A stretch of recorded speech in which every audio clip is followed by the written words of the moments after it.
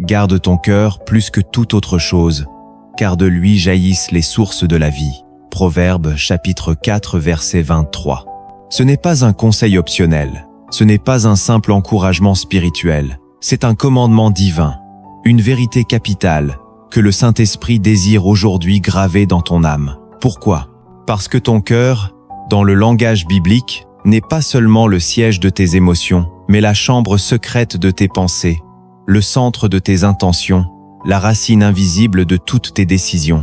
C'est là que Dieu dépose ses promesses, c'est là que sa voix se fait entendre, et c'est là aussi que l'ennemi cherche à semer ses mensonges et ses pièges.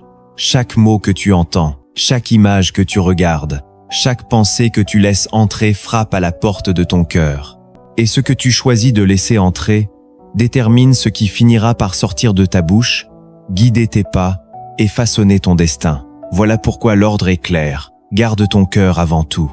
Avant tes ambitions, avant tes succès, avant ta réputation, avant même ta propre sécurité, veille sur ton cœur. Car tout ce qui n'est pas protégé spirituellement est exposé à l'infiltration du mal. Et tout ce qui est pollué à l'intérieur finira un jour par se manifester à l'extérieur. Nous vivons dans un monde qui, chaque jour, tente d'ouvrir une brèche dans cette forteresse intérieure. Les réseaux, les conversations, les médias, les influences invisibles ne cessent de déposer des graines dans le sol de nos pensées. Certaines sont bonnes, porteuses de vie et d'espérance.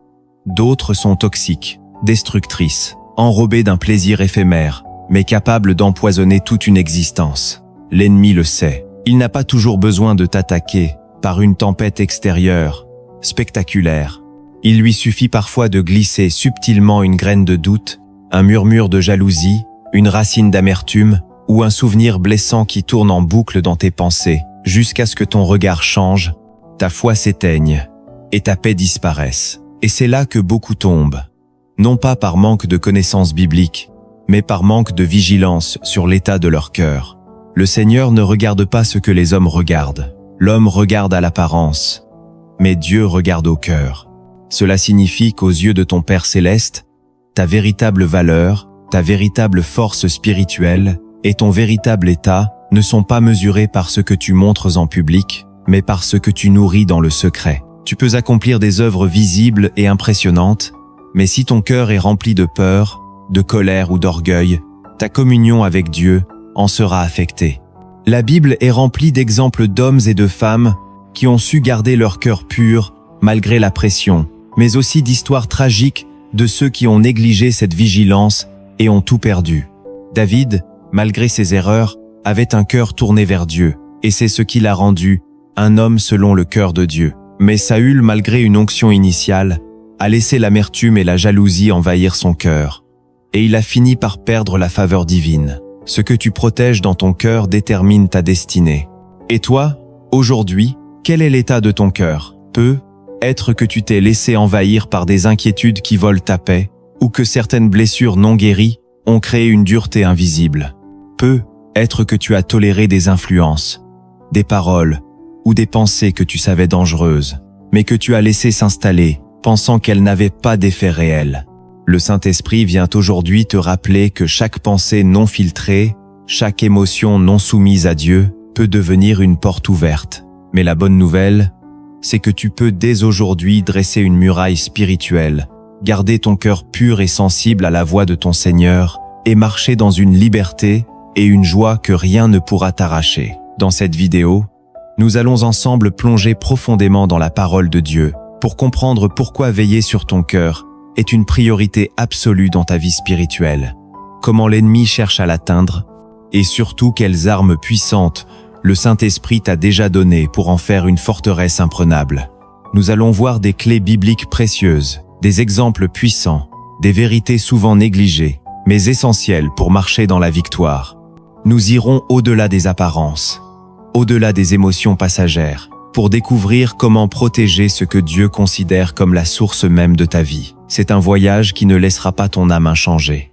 Alors, avant d'aller plus loin, si tu veux grandir dans ta foi, approfondir ta relation avec Dieu et recevoir d'autres messages qui vont nourrir ton esprit et fortifier ta marche avec le Seigneur, je t'encourage à mettre un « j'aime » dès maintenant et à t'abonner à la chaîne Lumière dans la vallée. Active la cloche pour ne rien manquer, car chaque semaine, nous publions des enseignements et des méditations qui peuvent transformer ta vie. Et je veux aussi que tu participes activement. Écris en commentaire cette déclaration prophétique « Je choisis de garder mon cœur » pour sceller cet engagement publiquement. Ce simple acte de foi peut inspirer quelqu'un d'autre à faire ce pas aujourd'hui.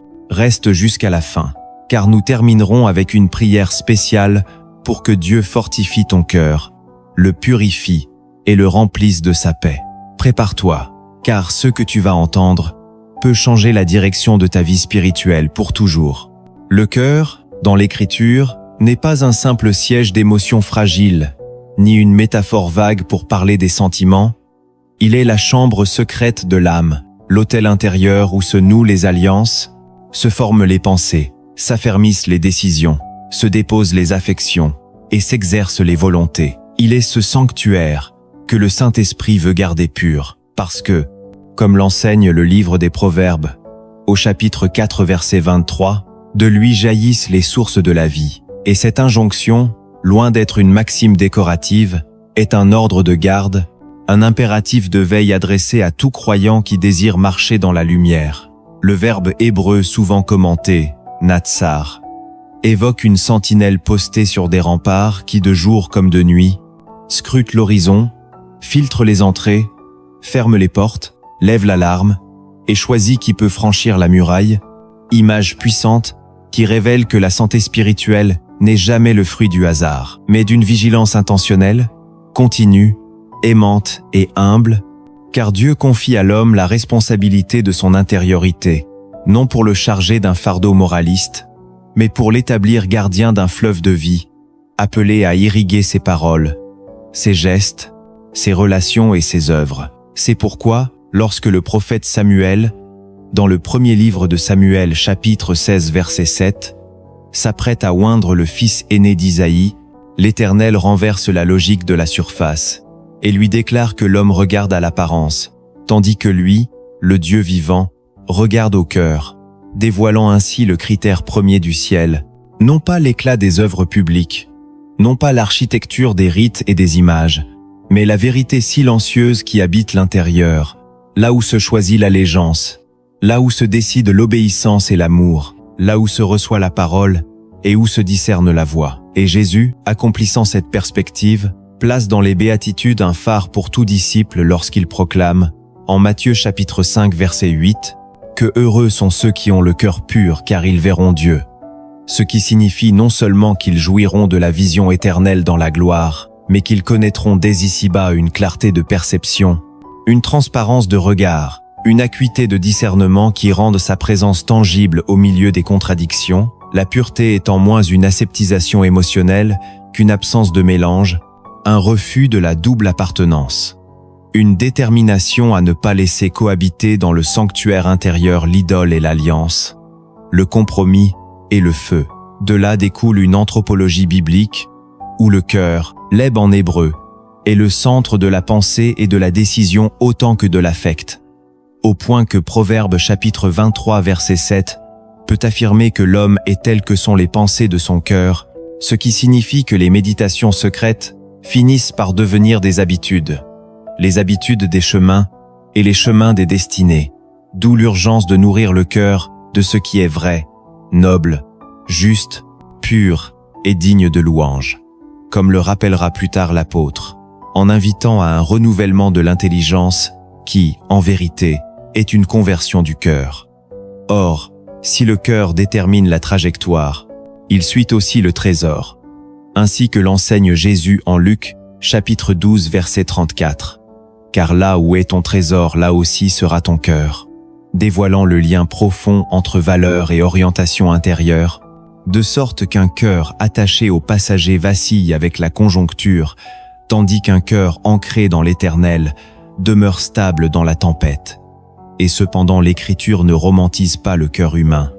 Elle le connaît blessé, tordu, fragile depuis la chute, au point que Jérémie chapitre 17 verset 9 le décrit tortueux par-dessus tout et difficile à guérir, d'où la nécessité d'une œuvre de Dieu qui ne se contente pas de polir les bords, mais qui promet, par la bouche des prophètes, une circoncision du cœur, une loi écrite au-dedans, un cœur de chair qui remplace la pierre, promesse réalisée par le don de l'Esprit qui répand l'amour de Dieu dans nos cœurs et nous rend capables d'aimer, de pardonner, de discerner et de résister. C'est pour cela que Jésus, dans son enseignement, recentre toujours le débat religieux sur l'état intérieur, démasquant l'hypocrisie qui honore de la bouche tout en gardant le cœur éloigné, comme en Matthieu, chapitre 15 verset 8, où il reprend la prophétie d'Ésaïe et approfondissant le commandement en révélant que le péché prend racine dans la convoitise intérieure avant de se manifester en acte, comme lorsqu'il enseigne que l'adultère commence dans le regard et l'intention en Matthieu chapitre 5, versets 27 et 28, dessinant ainsi une carte du combat spirituel qui ne se joue pas d'abord dans les gestes visibles, mais dans les germes de pensée, dans les germes d'images, dans les germes de mots, si bien que, comme le rappelle l'Évangile selon Luc au chapitre 6 verset 45, c'est de la surabondance du cœur que la bouche parle, et l'on peut lire sa propre intériorité en écoutant sa parole quotidienne, car ce que la bouche laisse échapper est l'écume du fleuve intérieur. Cette grammaire biblique du cœur se vérifie à travers les figures, tant dans la vigilance que dans la négligence, et David, le roi poète, demeure un témoin privilégié, non parce qu'il aurait été impeccable, mais parce qu'il savait revenir, se briser, demander une recréation intérieure, comme en Psaume 51, où il implore un cœur pur et un esprit droit, sachant que l'enjeu n'était pas sa couronne, mais sa communion. Et Salomon, lui, illustre la pente subtile par laquelle un cœur jadis illuminé peut se laisser détourner, car le premier livre des rois, au chapitre 11 verset 4, témoigne qu'à l'époque de sa vieillesse, son cœur ne fut plus tout entier à l'Éternel, non sous le choc d'un seul coup de tonnerre, mais par une suite de petits compromis, d'alliances étrangères, d'affections dispersées, autant de brèches tolérées dans la muraille qui finirent par renverser l'orientation du sanctuaire intérieur, tandis que Néhémie, revenant rebâtir les murs, offre la parabole d'une vigilance active, car il fait travailler le peuple une main à l'ouvrage et l'autre à l'épée, figurant cette double posture du croyant qui bâtit et protège, prie et veille, avance et discerne, en refusant de suspendre la construction sous prétexte d'attaque, ni d'oublier la garde sous prétexte de chantier. Or, si le Saint-Esprit insiste aujourd'hui avec tant de force, c'est parce que la bataille est devenue plus feutrée, plus continue, plus diffuse, nos sens étant traversés par un flux incessant d'images, de sons, d'opinions et de sollicitations qui, sans heurts apparents, façonnent les affections, déplacent les valeurs et anesthésiant la soif de Dieu. Et Jésus lui-même, en parlant des temps de la fin, a annoncé qu'à cause de l'iniquité, l'amour du plus grand nombre se refroidirait, signe terrible d'un cœur abandonné à l'indifférence, signe d'un autel où le feu n'est plus entretenu, ce qui n'arrive pas d'un jour à l'autre, mais par privation lente de combustible, par substitution d'objets d'amour, par glissement du centre, aussi l'esprit de vérité, qui selon l'évangile de Jean au chapitre 14 verset 26, rappelle les paroles du Seigneur. Agit-il en nous comme un gardien intérieur, allumant des voyants rouges, suscitant un saint inconfort, murmurant un non discret, mais persistant, lorsque quelque chose de toxique demande hospitalité, et la sagesse consiste à obéir promptement à ces signaux, à écouter la petite cloche plutôt qu'attendre le fracas, car ignorer les alertes éteint la sensibilité, et éteindre la sensibilité finit par obscurcir la conscience. Et, une conscience obscurcie cesse de distinguer le vrai du séduisant, le bon du flatteur, la vie de son imitation. C'est pourquoi les conséquences d'un cœur non gardé ne se résument pas à des écarts moraux visibles. Elles commencent par un affaiblissement de la foi, un brouillard sur la vision, une prière qui devient mécanique, une parole qui cesse de brûler, une joie qui ne jaillit plus spontanément, puis s'ouvrent les portes aux demi-vérités du serpent, ce susurrement ancien qui déguisait déjà la tentation en discussion théologique dans le jardin, en demandant si Dieu avait réellement dit, et quand le cœur se laisse coloniser par le doute suspicieux, il cherche des justifications, il rationalise l'inclination, il se fait sa propre loi, et la communion se fissure, non parce que Dieu s'éloigne, mais parce que l'homme se détourne, pose un voile sur son visage, met du bruit sur le sanctuaire pour n'entendre plus, jusqu'à ce que, comme l'annonce Ésaïe au chapitre 59 verset 2, l'iniquité dresse un mur et fait paraître le ciel silencieux. Mais la bonne nouvelle, c'est que le Dieu qui ordonne de garder le cœur est le Dieu qui donne la grâce de le garder, qu'il ne demande pas l'impossible à la chair, mais offre l'alliance de l'esprit, qu'il n'exige pas un héroïsme solitaire, mais propose une amitié, et que veiller n'est pas une crispation peureuse, mais une liturgie d'amour où l'on choisit ce qui nourrit le feu, où l'on ferme la porte aux voleurs, et où l'on accueille l'ami, où l'on apprend à filtrer les afflux par la question simple et tranchante de savoir si telle pensée, tel contenu, telle parole peuvent séjourner devant Dieu, si elles rendent le cœur plus sensible à sa voix, ou si elles le rendent plus lourd, plus opaque, plus dispersé. Ainsi, replacer le cœur au centre, c'est redonner à la vie spirituelle son axe, c'est comprendre que la vraie réforme ne s'obtient pas en réorganisant la façade, mais en purifiant la source. C'est confesser que la sainteté ne consiste pas d'abord à cocher des cases, mais à garder un amour premier, que le discernement n'est pas un don réservé à des spécialistes, mais la conséquence d'un cœur unifié, que la paix n'est pas l'absence de combat, mais la garde de l'autel. Et parce que ce thème est souvent mal compris à notre époque, il faut dire avec clarté qu'il ne s'agit ni de contrôler au sens psychologique la moindre émotion, ni de se refermer dans une peur du monde, mais de marcher dans une liberté vigilante, où l'Esprit Saint inspire un oui franc à ce qui fait grandir et un non paisible à ce qui corrompt, où l'intelligence est renouvelée, non anesthésiée, où les affections sont ordonnées, non réprimées, où la volonté est affermie, non durcie. Pour cela, l'Écriture offre des balises concrètes qui, sans anticiper ce que nous développerons plus loin dans l'application, éclairent déjà le contexte, tel que l'habitation de la parole dans le cœur, la pratique de l'action de grâce qui protège des amertumes, la mémoire des œuvres de Dieu qui immunise contre le cynisme, la confession rapide qui empêche le péché de sédimenter, la fraternité spirituelle qui crée des parois de garde, la sobriété des regards et des oreilles,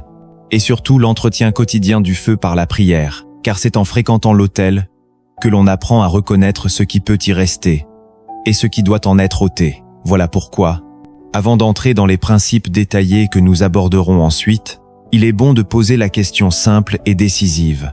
Qu'est-ce qui, ces derniers temps, a pris place dans mon cœur sans mandat? Quelle pensée y fait sa demeure? Quelle image y a construit un autel? Quelle parole y a laissé une écharde? Quelle crainte y a enflé sa voix? Et à l'inverse, quel verset y résonne encore? Quelle promesse y demeure vive? Quel souvenir de la fidélité divine y entretient la gratitude? Car la vérité, c'est que le cœur se remplit toujours de quelque chose. Et l'appel de l'Esprit, aujourd'hui, est de choisir ce qui demeure, de renvoyer ce qui vole, de consacrer ce qui doit brûler. Si tu laisses le Saint-Esprit te montrer la porte à fermer et la porte à ouvrir, si tu choisis de traiter ton cœur comme une source et non comme une poubelle, si tu acceptes d'en faire à nouveau un sanctuaire et non un hall de gare, alors tu verras, selon la promesse du Seigneur, Dieu plus clairement, tu discerneras plus sûrement, tu aimeras plus droitement, tu pardonneras plus librement, tu tiendras plus fermement, et, quand la suite de cet enseignement déroulera les principes et les vérités cachées, tu comprendras que rien n'était moraliste ni abstrait, mais qu'il s'agissait de la sauvegarde de la source même de ta vie, car garder le cœur n'est pas une option pour les zélotes, c'est la respiration normale des fils et des filles de Dieu qui veulent marcher jusqu'au bout avec un amour entier.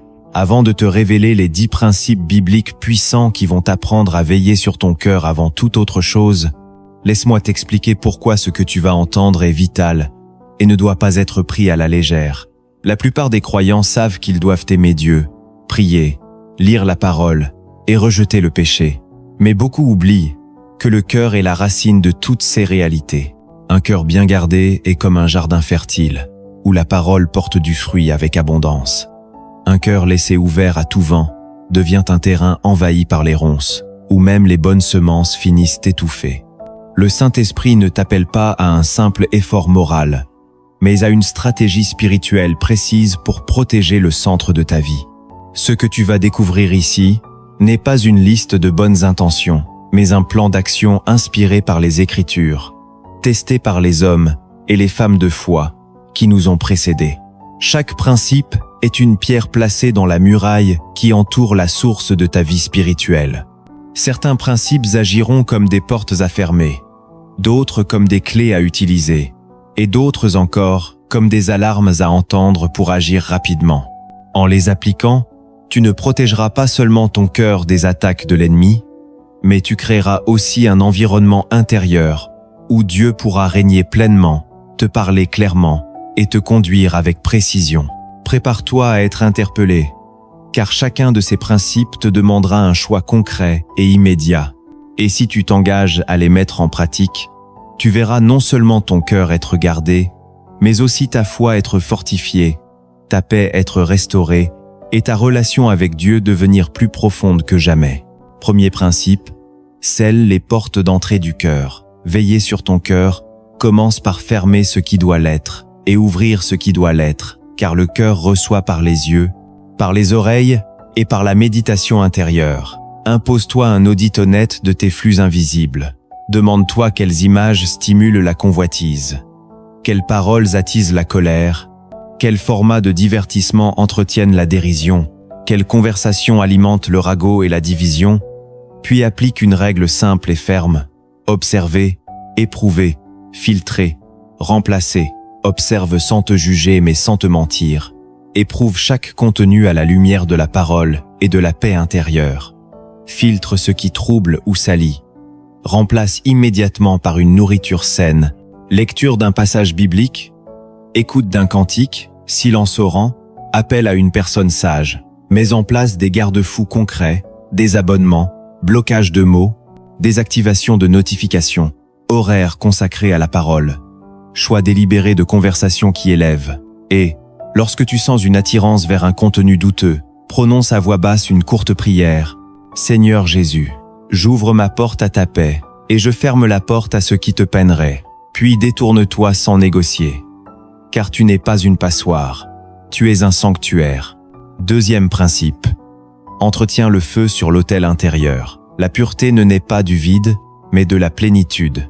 Un cœur comblé de Dieu a moins d'appétit pour le vin, d'où une liturgie sobre et quotidienne, paroles, prières, louanges, obéissance. Choisis un rythme réaliste plutôt qu'un idéal irréaliste. Un court passage de l'Évangile lu lentement et répété, un psaume prié avec tes mots, une minute de silence pour écouter, une décision d'obéir à une intuition de l'esprit dans la journée. Garde un carnet de promesses. Relève-y ce que Dieu te dit, date, phrase, décision.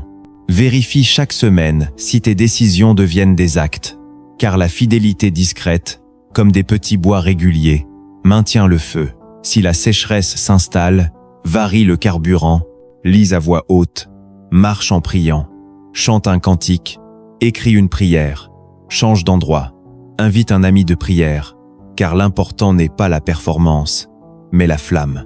Troisième principe, détecte et déracine l'amertume.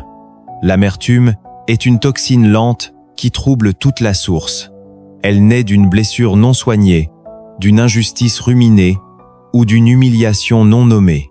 Pour la déraciner, suis un chemin clair.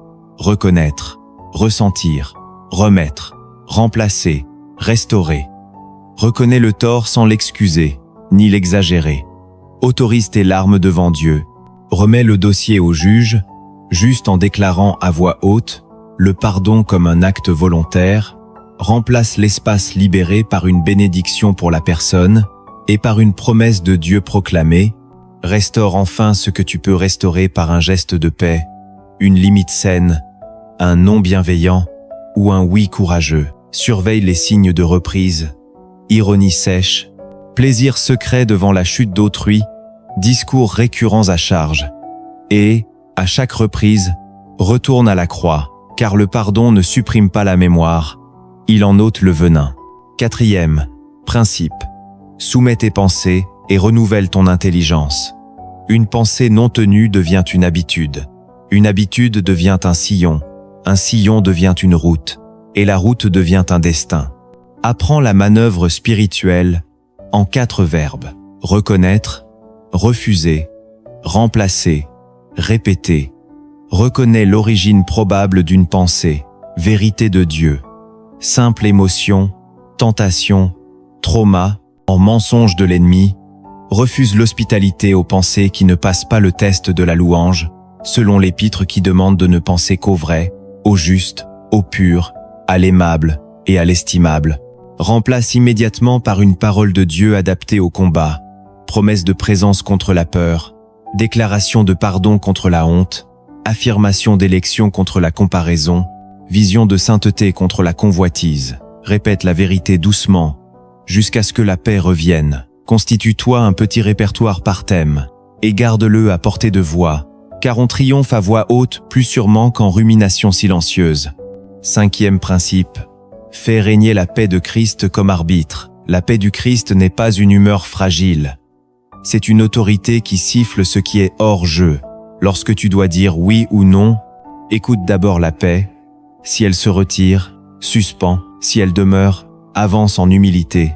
Apprends à distinguer peur et prudence. La peur serre et obscurcit. La prudence alerte et éclaire. Et n'oublie pas que la paix se nourrit de reconnaissance. Aussi prends l'habitude de remercier avant de décider. Car la gratitude décale le regard du manque vers la fidélité de Dieu. Si ce message nourrit ton âme, et si tu veux recevoir la suite sans la manquer, mets un j'aime maintenant. Abonne-toi à la chaîne et écris en commentaire la phrase de foi suivante. Je garde la paix du Christ comme arbitre de mes choix. Cela scellera ton engagement et encouragera d'autres cœurs à imiter ce pas. 6e principe, choisis tes alliances et tes environnements. Le cœur se façonne au contact de ceux qu'il fréquente. Honore tout le monde, mais ne fais alliance qu'avec ceux qui marchent dans la lumière. Clarifie tes cercles. Cercle intime avec 1 ou 2 personnes qui voient clair et peuvent te reprendre sans flatterie. Cercle fraternel avec quelques compagnons qui prient avec toi et te stimulent. Cercle de service avec ceux que tu sers et qui ne doivent pas devenir tes confidents. Mets des limites aux personnalités manipulatrices, moqueuses, méprisantes de la sainteté ou addictes au commérage. Bénis les santeliers, car une mauvaise alliance fait remonter des eaux boueuses jusque dans ton cœur. Recherche des environnements sobres, lieux où la parole circule librement, où la confession n'est pas une humiliation mais une hygiène, où la joie n'est pas le bruit mais la force. Rappelle-toi que l'isolement absolu dessèche, tandis que la mêlée sans filtre salit. Choisis la communion lucide. 7e principe. Traite rapidement le péché par la lumière. Ce qui brise un cœur n'est pas la faute avouée, c'est la faute cachée.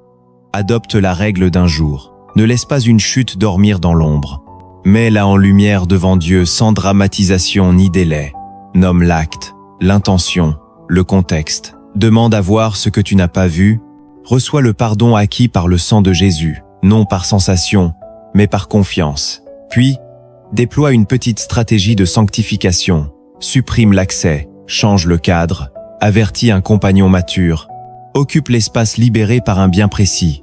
Garde un journal d'âme pour suivre tes progrès et tes rechutes. Non pour te condamner, mais pour te comprendre. Et n'oublie jamais que la grâce te relève pour repartir. La vigilance ensuite te protège pour durer.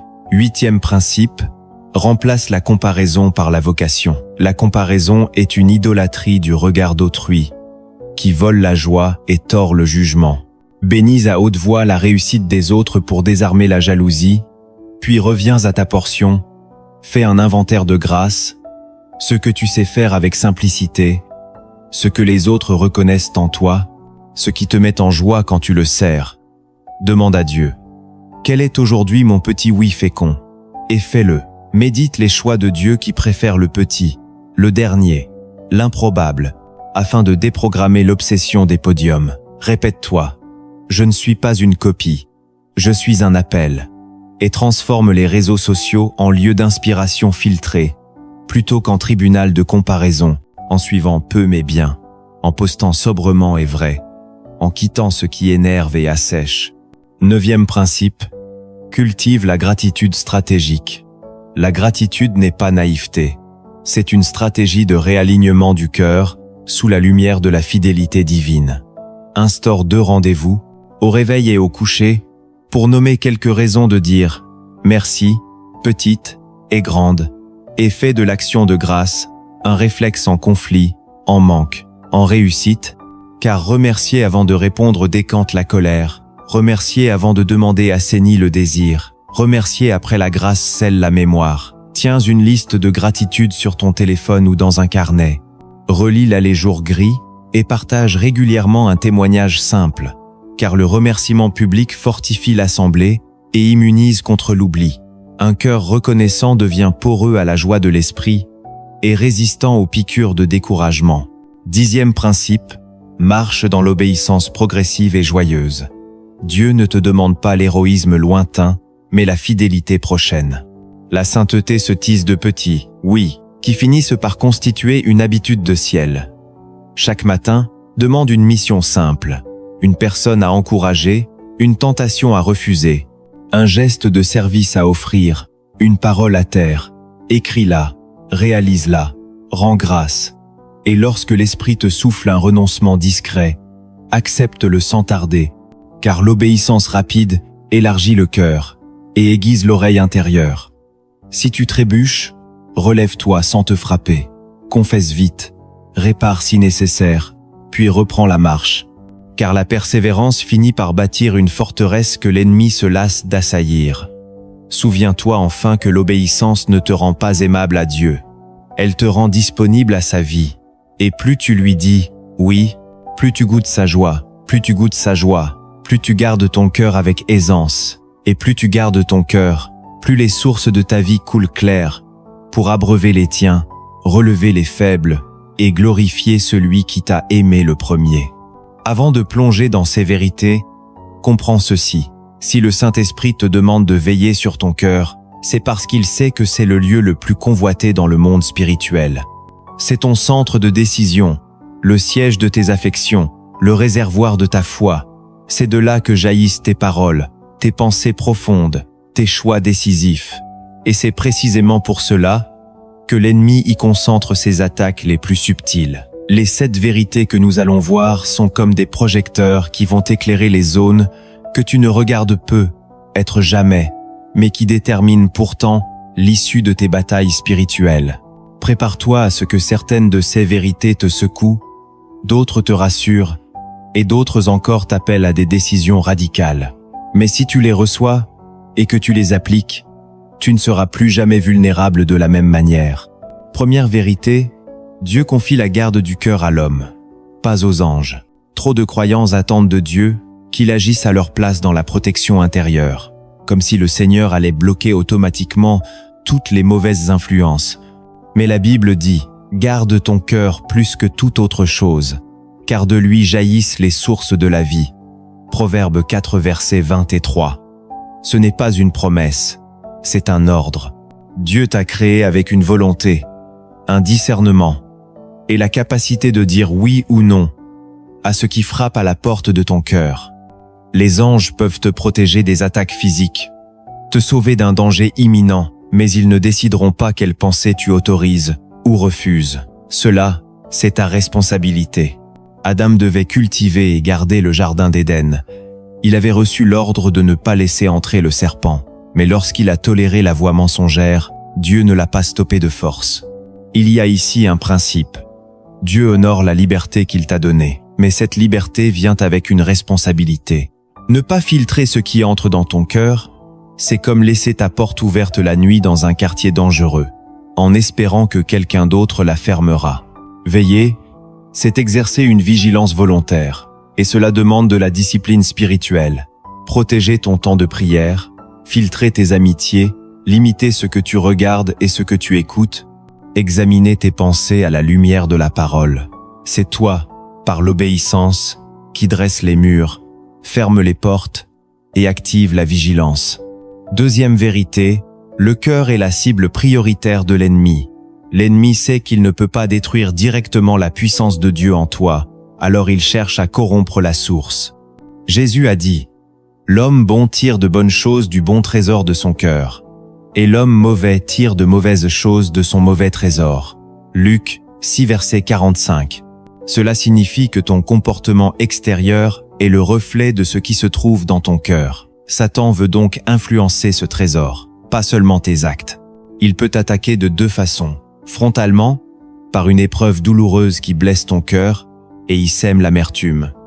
Ou subtilement, par des distractions et des influences qui peu à peu refroidissent ton amour pour Dieu.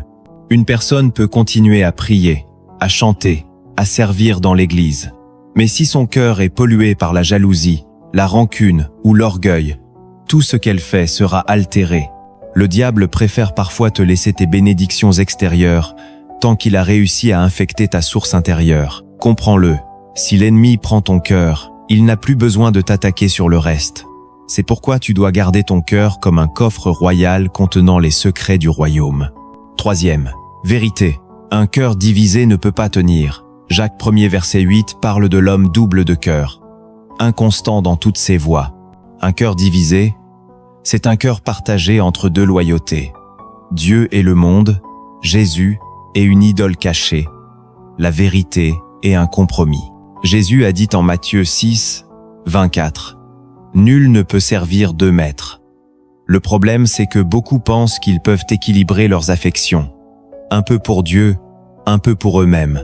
Mais le cœur n'est pas fait pour fonctionner ainsi. Dès que deux forces contraires y règnent, la paix disparaît, la clarté disparaît, et la foi s'affaiblit. L'ennemi sait qu'il n'a pas besoin de te pousser à renier Dieu complètement. Il lui suffit de t'attacher à autre chose, qui prenne presque autant de place que Dieu.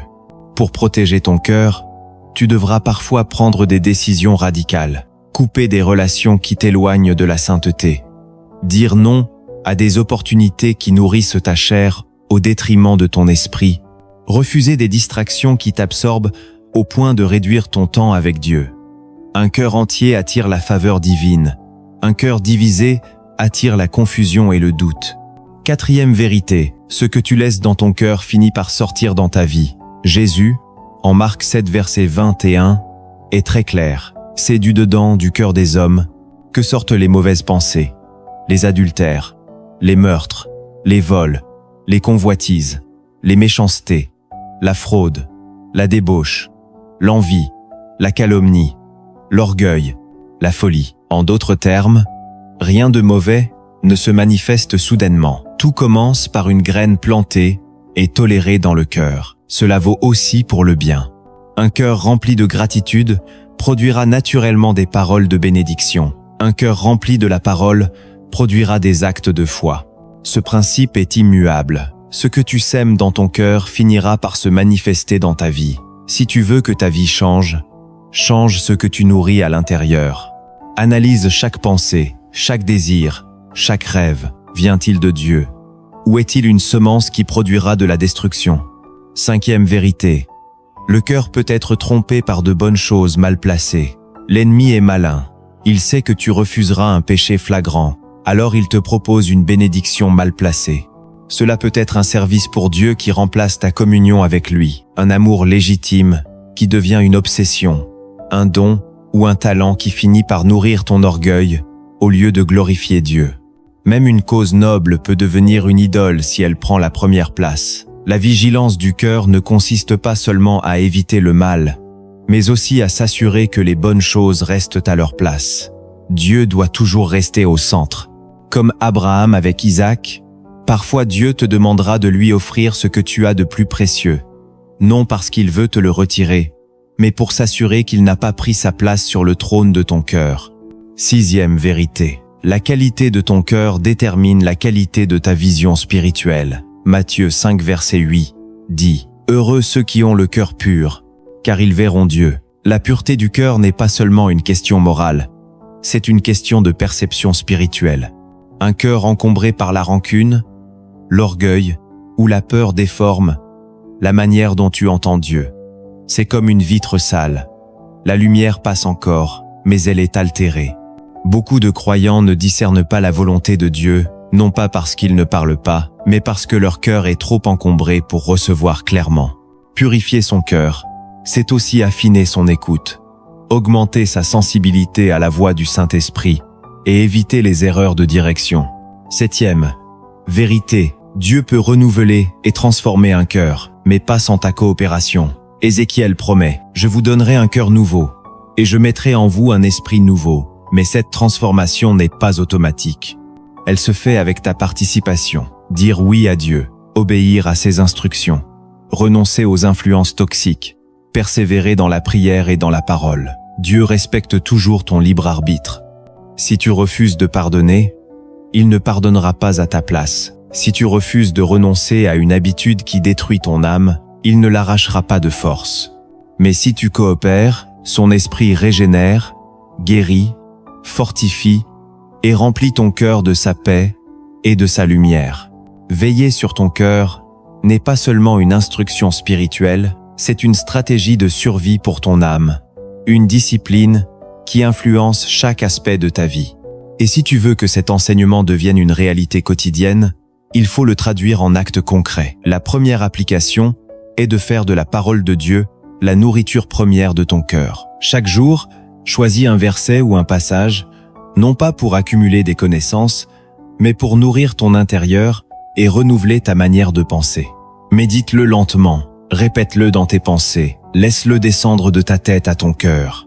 Ce processus continu fera comme un filtrage naturel qui expulse les mensonges, les peurs et les influences toxiques. La deuxième application est de surveiller les portes de ton cœur, tes yeux et tes oreilles.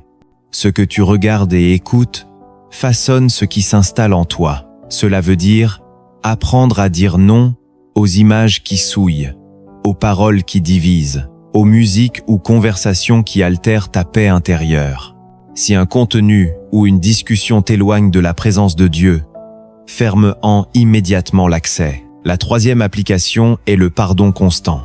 L'amertume est comme un poison lent qui se dépose dans ton cœur et durcit ses parois spirituelles. Pardonner ne signifie pas excuser, mais libérer. C'est décider de remettre la personne ou la situation entre les mains de Dieu pour que ton cœur reste libre, léger et réceptif à sa voix. La quatrième application est l'humilité active. Un cœur orgueilleux se ferme à la correction divine et perd sa sensibilité spirituelle. L'humilité, c'est reconnaître que tu as encore besoin d'être enseigné, ajusté, purifié, même après des années de foi. Cela t'évite de tomber dans l'illusion d'autosuffisance. La cinquième application est la discipline de la prière d'écoute. Ne fais pas de ta prière un simple monologue où tu exposes des demandes. Offre aussi des silences où tu restes attentif à ce que l'Esprit veut déposer en toi. Parfois, une simple phrase chuchotée par Dieu dans ton cœur vaut plus que des heures d'efforts humains. La sixième application est l'auto-examen spirituel régulier. Comme un médecin prend la tension, prends la température de ton cœur. Est-il en paix ou agité? Est-il rempli d'amour ou chargé de rancune? Ce diagnostic honnête te permettra de corriger avant que le mal ne s'enracine. La septième application est d'investir dans des relations qui fortifient ton cœur dans la foi. Éloigne-toi des amitiés qui sèment le doute, la critique et l'incrédulité. Et rapproche-toi de ceux qui prient avec toi, qui t'encouragent dans la vérité et qui te rappellent les promesses de Dieu dans les moments de faiblesse. La huitième application est la gratitude active. Apprends à remercier Dieu pour ce qu'il fait, mais surtout pour ce qu'il est. La reconnaissance change la chimie de ton cœur, repousse la plainte et ouvre un espace pour la joie spirituelle. La neuvième application est de répondre rapidement aux avertissements du Saint-Esprit. Si tu sens dans ton cœur une alerte, un inconfort intérieur, ne le néglige pas. Obéis immédiatement, même si tu ne comprends pas tout. C'est ainsi que tu resteras sur le chemin sûr que Dieu a tracé pour toi. La dixième application, enfin, est de bâtir un environnement protecteur. Cela signifie organiser ta vie, ton temps et tes espaces de manière à minimiser les intrusions spirituelles nocives. Crée une atmosphère où la présence de Dieu est honorée, que ce soit chez toi, dans ton travail ou dans tes relations. Ces 10 applications ne sont pas des étapes optionnelles, mais des habitudes à cultiver chaque jour pour que ton cœur devienne une forteresse imprenable, où la lumière de Christ demeure et d'où jaillissent des fleuves d'eau vive. Mon frère, ma sœur, nous sommes arrivés au terme de ce message, Mais je veux que tu comprennes quelque chose de fondamental. Dans le royaume de Dieu, une fin n'est jamais une fin. C'est toujours le commencement d'un nouveau chapitre. Aujourd'hui, le Saint-Esprit t'a parlé, et tu as reçu non seulement une connaissance, mais un appel, un mandat, une mission personnelle. Veillez sur ton cœur avant tout. Tu ne peux pas sortir de cette écoute comme si de rien n'était, parce que la parole de Dieu ne vient jamais sans but, elle vient toujours pour accomplir quelque chose. Depuis le début, nous avons parcouru ensemble le fondement biblique, qui établit que le cœur est la source de ta vie. Nous avons vu comment Proverbes chapitre 4 verset 23 dit « Garde ton cœur plus que toute autre chose, car de lui jaillissent les sources de la vie. » Nous avons exploré le contexte spirituel, qui montre que le cœur n'est pas seulement le siège de tes émotions, mais le centre de ta volonté, de tes pensées, de ta foi et de ton obéissance.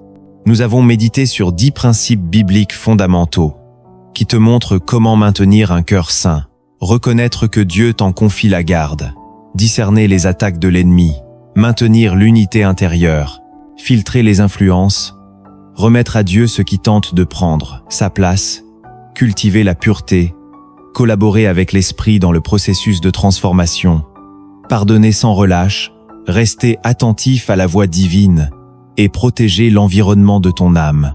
Puis nous avons plongé dans cette vérité cachée des Écritures, révélant pourquoi ce sujet est si stratégique dans ta marche chrétienne, et comment chaque vérité ouvre une dimension nouvelle dans ta relation avec le Seigneur. Nous avons vu que ton cœur est un sanctuaire que Dieu a choisi d'habiter, que sa qualité détermine la direction de ta vie, que l'état de ton cœur influence tes prières, ta capacité à aimer, et même la manifestation de tes promesses. Nous avons démasqué les idées reçues qui minimisent l'importance de cette garde et montré que même les petites fissures peuvent devenir de grandes brèches si elles ne sont pas traitées. Ensuite, nous avons traduit tout cela en actions concrètes. Nourrir ton cœur chaque jour de la parole vivante. Filtrer ce que tes yeux et tes oreilles reçoivent. Pratiquer un pardon rapide et total. Rester humble et enseignable. Intégrer la prière d'écoute. T'examiner spirituellement de façon régulière. T'entourer de relations saines. Cultiver la gratitude. Obéir rapidement aux avertissements de l'esprit et bâtir un environnement protecteur. Tout cela forme un système spirituel de protection et de croissance qui te maintiendra ferme dans la foi et dans la paix. Mais, écoute bien, ce message ne doit pas rester dans la sphère de l'inspiration momentanée. La vraie question est, que vas-tu faire de cette parole à partir de maintenant? L'Esprit de Dieu te donne le choix aujourd'hui. Tu peux l'ignorer et continuer à vivre en laissant ton cœur ouvert à toutes les influences. Ou tu peux dire, Seigneur, à partir de ce jour, je prends ma responsabilité, je choisis de veiller sur mon cœur comme un trésor. Je choisis d'être le gardien vigilant de la source de ma vie. C'est un engagement sérieux, mais c'est aussi un engagement joyeux, car il te conduira dans une liberté et une paix que le monde ne peut pas donner. Et je veux te conduire maintenant dans une prière de consécration, pour sceller ce que Dieu a déposé en toi aujourd'hui. Répète dans ton cœur, et si possible à haute voix, Seigneur Jésus-Christ, je me tiens devant toi, avec tout ce que je suis. Je reconnais que mon cœur est précieux à tes yeux, qu'il est la source de mes pensées, de mes paroles et de mes actes. Aujourd'hui, je te consacre mon cœur. Je te demande de le purifier de toute souillure, de le protéger de toute attaque, de le remplir de ta vérité, de ta paix et de ton amour. Saint-Esprit, sois la sentinelle de mon âme. Mets en moi une vigilance constante. Donne-moi de fermer la porte au péché, à l'amertume, à l'orgueil et à la peur, et de garder la porte ouverte à la foi, à l'humilité, à la compassion et à la vérité. Père céleste, écris ta loi dans mon cœur et rends-le sensible à ta voix. Je choisis de marcher dans l'obéissance et la confiance, sachant que tu es mon gardien fidèle. Et si un jour je m'égare, ramène-moi vite à toi. Je t'appartiens, et je choisis de veiller sur mon cœur avant tout, pour que les sources de ma vie restent pures et limpides, à la gloire de ton nom. Amen. Mon frère, ma sœur, si cette prière résonne en toi, ne pars pas sans poser un acte concret. Mets un j'aime à cette vidéo, abonne-toi à cette chaîne et active la cloche pour ne rien manquer des prochains messages. Mais va plus loin. Partage cette vidéo avec au moins 2 personnes que l'Esprit met sur ton cœur. Tu ne sais pas, mais peut être qu'aujourd'hui, ce message sera la clé qui sauvera leur vie spirituelle. Et enfin, écris en commentaire cette déclaration prophétique. Je choisis de veiller sur mon cœur avant tout, avec l'aide du Saint-Esprit. Fais-le, non seulement pour toi, mais comme un témoignage public qui encouragera d'autres à se lever et à protéger la source de leur vie. Que le Seigneur te bénisse et te garde, que sa face brille sur toi et t'accorde la paix, et que ton cœur devienne un lieu où sa gloire demeure pour toujours.